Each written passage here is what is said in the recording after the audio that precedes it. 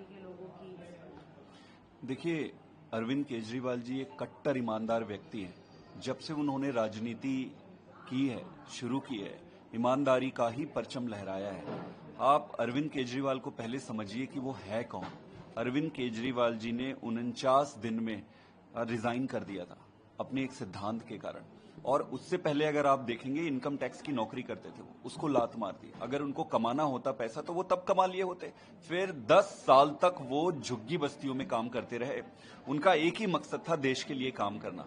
आज जब भारतीय जनता पार्टी के लोग लांछन लगा रहे हैं, जो लांछन इन्होंने लगाया, उस लांछन के बाद कोई भी जिम्मेदार व्यक्ति, ईमानदार व्यक्ति इसको बर्दाश्त नहीं कर पाएगा। अरविंद केजरीवाल जी एक आम आदमी है। आम आदमी और मोटी चमड़ी वाली नेता में अंतर होता है। अरविंद केजरीवाल जी ने ये कहा है कि जब तक अब मैं जनता के द्वारा पाक साफ साबित नहीं हो जाता हूं, तब तक मैं मुख्यमंत्री का पद नहीं लूंगा। भाजपा के कई नेताओं का कहना है कि एक पीआर स्टंट है, और वैसे भी उनके पास सुप्रीम कोर्ट के आदेश द्वारा उनके पास कोई पावर नहीं थी, तो अगर वो पद पे भी रहते तो भी कुछ नहीं कर पाते। मैं ये बता दूं कि जब से आम आदमी पार्टी की और अरविंद केजरीवाल जी की सरकार बनी है, तब से ही कोई पावर नहीं है। फिर भी काम हुआ, फिर भी काम कराया।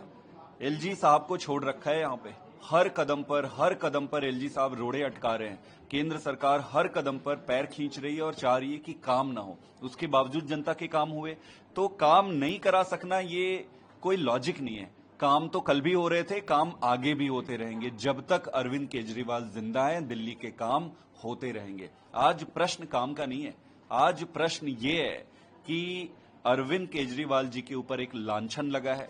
उन्होंने उस लांछन को लिया है अपने छाती पे और ये कहा है कि जब तक मैं अग्नि परीक्षा ना दूं और अग्नि परीक्षा देकर मैं अपने आप को पवित्र साबित ना कर लूं। देखो, कोर्ट ने तो उन्हें बरी कर दिया है। पीएमएलए कोर्ट में कोई भी व्यक्ति बेल तब तक नहीं पा सकता है जब तक सारे सबूत जो दिए एग्जॉस्टिंग तरीके से उसको केयरफुली कोर्ट एनालिसिस ना कर ले। कोर्ट ने उन्हें बेल तभी दिया है जब उनको यह लगा है कि कोई सबूत नहीं है। तो कोर्ट ने तो बरी कर दिए। कोर्ट ने यहां तक कह दिया है कि जानबूझकर षड्यंत्र के तहत इनको गिरफ्तार किया गया। तो सवाल, प्रश्न आज कोर्ट का नहीं है। कोर्ट ने तो बरी कर दी। प्रश्न जनता का है। जनता ने अरविंद केजरीवाल को सीएम बनाया था। जनता के आशीर्वाद से वो सीएम बने थे। तो जनता अब तय करेगी अरविंद केजरीवाल जी बेईमान है या ईमानदार। आखिरी सवाल सर, एमएलए की मीटिंग होगी और नाम आएगा नेक्स्ट सीएम का सामने, तो क्या अभी कोई ऐसा नाम जो ऑलरेडी टेबल पे है कि इनका नाम आगे पुश किया जाए? वो इम्पोर्टेंट नहीं है। आज आप समझिए, अरविंद केजरीवाल जी ने अपने ईमानदारी के कारण उन पर एक लांछन लगा है।